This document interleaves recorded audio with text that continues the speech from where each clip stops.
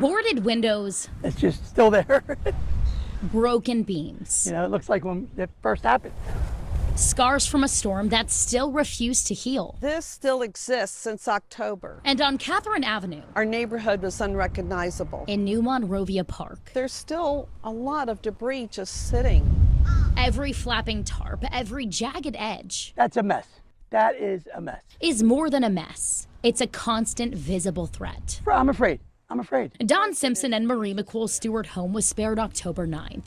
Not because it was strong, but because tornadoes chose the other side of the street and annihilated it. People were trapped in their homes. The walls had collapsed. Now, almost a year later, the neighborhood still looks much the same. And their biggest fear? Debris from these damaged homes across the street, ready to become airborne in high winds, shattering windows, tearing through siding or worse. There's so much material inside that's still there and could become airborne. It's just scary. What could happen? We have impact windows, but we still don't know. But across the street, there's another side. We had to really do it as if it's a new build construction. Another story, fueling Dan Toback's own dread. Just a really scary situation for her. Toback of House Buyers Incorporated bought the home across from Don and Marie when the previous owner sold it and moved out right after the tornado destroyed her home. She explained that she nearly lost her life during the storm.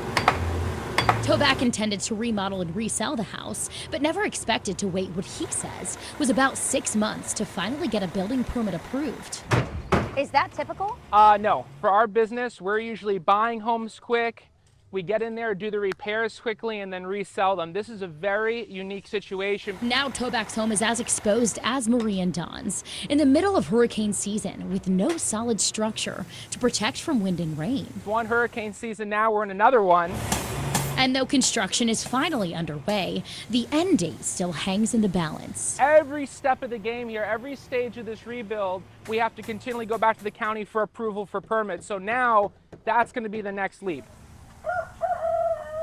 It's no easier for Anthony Rubino, who owns the other home. He waited months for insurance before he could even apply for a building permit. Now we're waiting for the actual permit to rebuild. Very lengthy, and it is very frustrating because it's just nonstop going back and forth. These houses were damaged by the tornadoes that were spun off of Hurricane Milton, and unprecedented damage within the county. Jeff Dougherty, director of Martin County's building department, says that unprecedented damage spawned unprecedented numbers of permit applications, a heavy lift his department can't just rush through. We want to, A, make sure it's safe, and B, make sure compliant. Public records I obtained show nearly 2,000 permits were requested on the Treasure Coast after Hurricane Milton, nearly 400 in Martin County, more than 600 in St. Lucie, and over 1,000 in Indian River.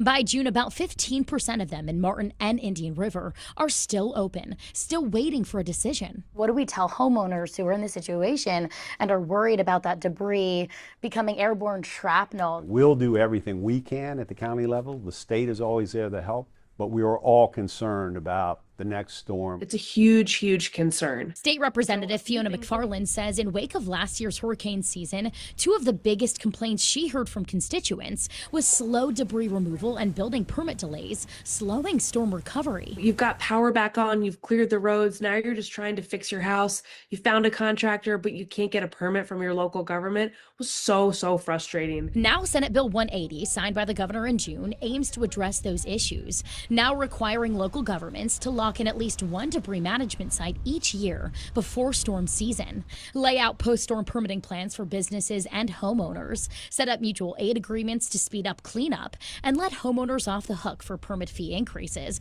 until 180 days after the storm. 24 hours before landfall, the construction site has to secure the crane.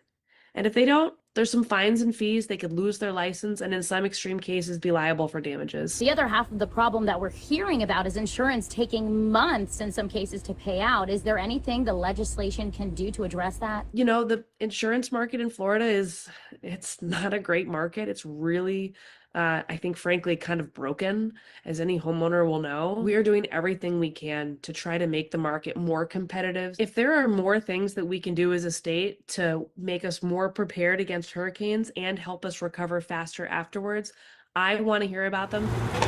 It might not be a complete fix, but they'll take it. It's really going to help, so I'm really excited for that. We just want everything cleaned up safely for, God forbid, another storm. Because recovery isn't just about rebuilding. I had to know we were safe. It's about feeling safe enough to stay. We could hear people yelling, help, help, and they're trapped in their homes. We don't want to see that again. One thing that worked last storm season was insurance villages, sites set up in hard-hit areas where residents could meet with an insurance representative one-on-one. But they were only set up in select spots, and McFarland says she'll push for a more statewide approach this year.